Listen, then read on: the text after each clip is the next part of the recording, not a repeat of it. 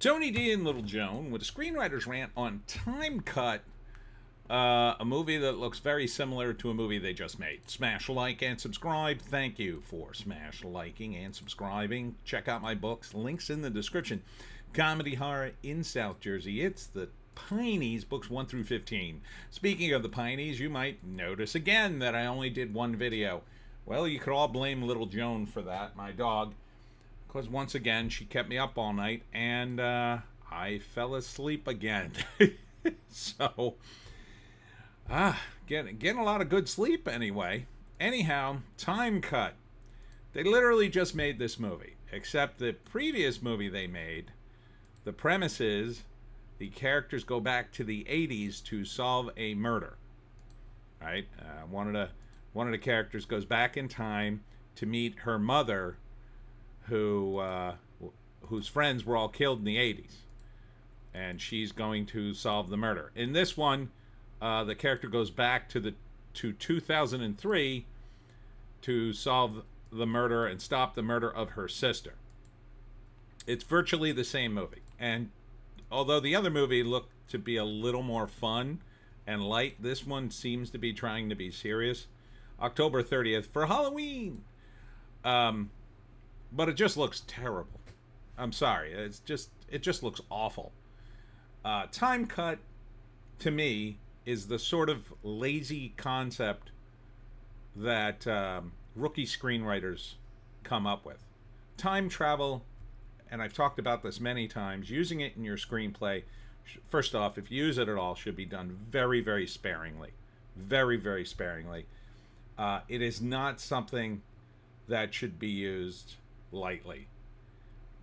I think they're just throwing it in here because that's the only way they could do it, and I think we all know the outcome. First act, probably you're set in the modern day, and they talk about the death of this girl's sister in the past, and somehow she travels back through time, which is already stupid. So she travels back in time, finds herself 20 years in the past. She starts out on the anniversary of her sister's death. Goes back through time. They never found the killer. Goes back in time. And now she's there before her sister died in 2003. So she meets her, and one by one, they're murdering girls. The killer is, and she's trying to save her sister. And in the end, she does. I mean, I can't see it ending any other way. It's too big of a leap for a movie like this. Using the time travel device is too big for which is essentially a cheap slasher movie, in my view. I will say, though, traveling back to 2003 is a bit of a challenge because you're going to have to show people what it's like in 2003 as opposed to the 2020s.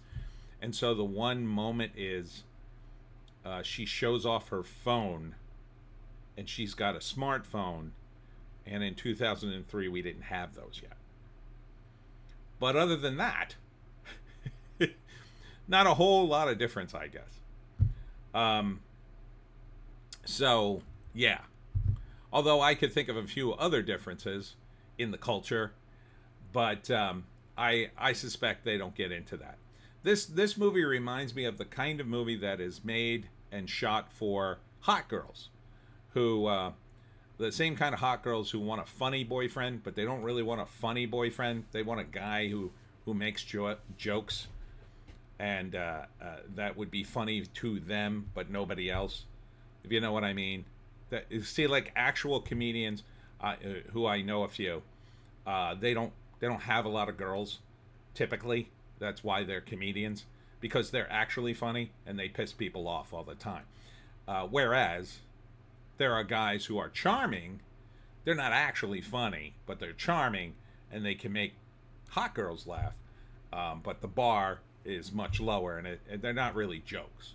You see what I'm saying? You see the distinction there? I don't know why I'm going down that path. Anyhow, this is what this movie feels like. It feels like a movie made for hot girls who are just like, oh yeah, I want to see a slasher movie, and oh, she goes back in time and saves her sister. Oh, that's great.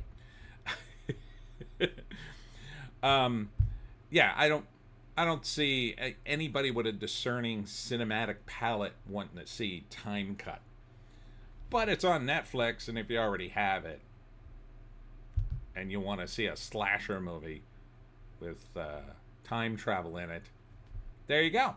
Anyhow, that's it for me, Tony D, and Little Joan somewhere behind me. Maybe Little Joan will let me get to sleep tonight.